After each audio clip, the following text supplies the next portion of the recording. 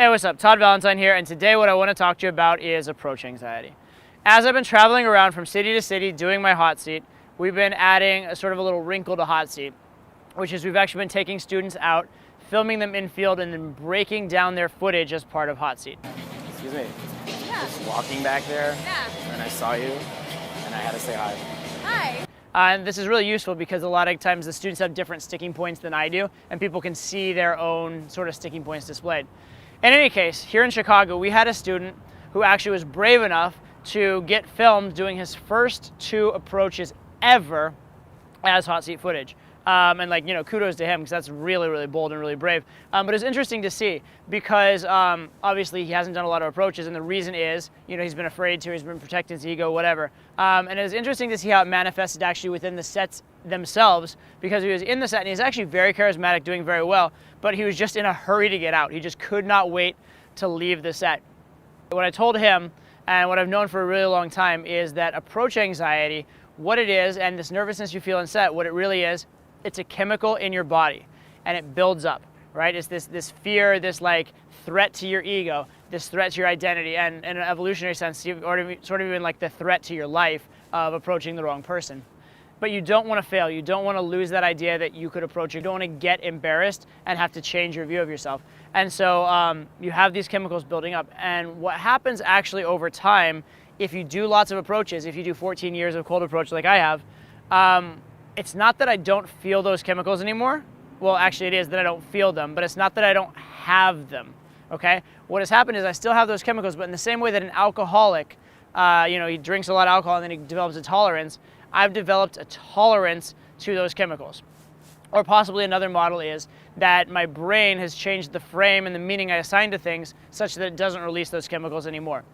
In any case, what's happened is my physiological response, the way that my body acts, has fundamentally changed. And that's why pickup has to be done in the field. Like, you'd like to think if you could just get the right frame, get the right understandings of life, you could go do pickup. That's not true, because those chemicals in your body would still be there. Or if you just be a monk and be meditative, you could do pickup. Not totally true, because you need that experience and you need to develop that sort of like hardness to those chemicals. Do you have any idea, like, you guys, how fucking cool and successful and together you guys' lives are compared to some dumb girl in a bar? Like, if you get together, who's the luckier one, you or her? Right? Absolutely her. But you have to believe it, and you have to let her know that you believe it. The only way to get good at pickup, the only way to get good at that part of pickup in any case, is just to go do it and like take your licks and get those approaches, all right? Now, that may be really inspirational to you because it means that everybody's equal and you can do it. It may also be very uninspirational to you because it's like, fuck, I gotta go through the hard work. What am I gonna do? It's been hard so far. What can I do now? That's not really helping me, Todd. Well, I'll give you a little technique that will help you get through this, especially at the start. And this is what I call the gun to the head technique, all right? And it does not mean shoot yourself in the head so you don't have to go do a cold approach, although I'm sure some guys are tempted at times. What it means is you put yourself in a situation where you actually get your physiology and those chemicals working in your favor instead of against you. So I'll tell you a little trick that I do on boot camp sometimes. If I have a guy who has approach anxiety, sometimes I'll tell him, you know what, you don't have to do this approach, just come over with me, just walk over with me, I'll show you something, and we can go from there. And I'll walk him over, and it's kind of a mean little trick, but it's kind of a nice mean little trick. I'll walk him over, I'll get him right behind the girl, then I'll tap the girl on the shoulder, and then I'll run away really fast. The rest of my crew. Hola. Hello. Nice to meet you. So when the girl turns around, she sees him. And what's happened is really interesting. Because before that tap on the shoulder and before the girl turned around, it was more awkward and more nerve-wracking for him to approach than not to approach. But when the girl turns around and puts her attention on him, now all of a sudden he's put in a situation where it's actually less awkward to talk than it was to not talk. So essentially what I've done is I put a gun to his head and said, you're gonna do something, because it's now the easier thing to do. All right, so that's a little trick that you can give yourself. But mainly what you need to do is go get the reps one way or another. The big thing that helped me actually was I decided over time that every single time I saw a hot girl and I didn't approach her, it hurt. It really hurt, because I knew on a fundamental level that the right thing to do was to go approach her and give myself a chance. I knew it logically.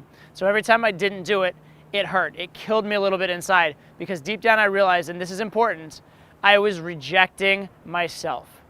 And I went through this pain over and over and over again for years, until eventually it was so much that the pain of her rejecting me, the pain of the awkwardness, the pain of those chemicals in the body was less than how bad I would feel if I knew once again I had rejected myself. And I made that decision. You know what? I may take a rejection, but I'll never reject me. It's better for the soul. It's better for the soul to go approach that hot girl, fall flat on your face, and know that you did your best than it is to not do it. All right? And you need to change your mentality that way. You need to take your mentality and think to yourself, I'm going to work on the things I can control. And if you haven't done a cold approach, doing a good cold approach is not something you can control yet.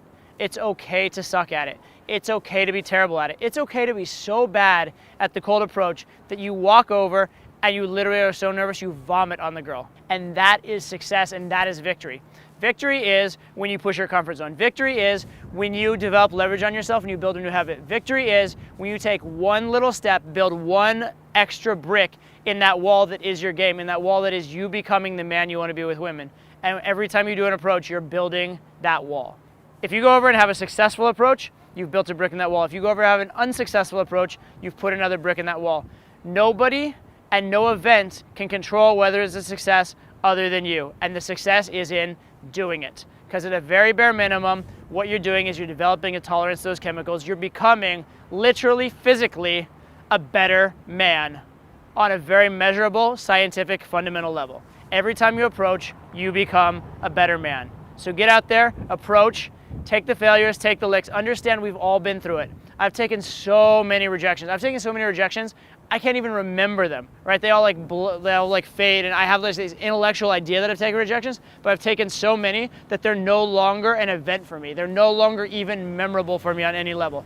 And you too can get to that point where approaching a girl is a non-event. It's just a comfortable thing, you do it, and it's just a part of your life.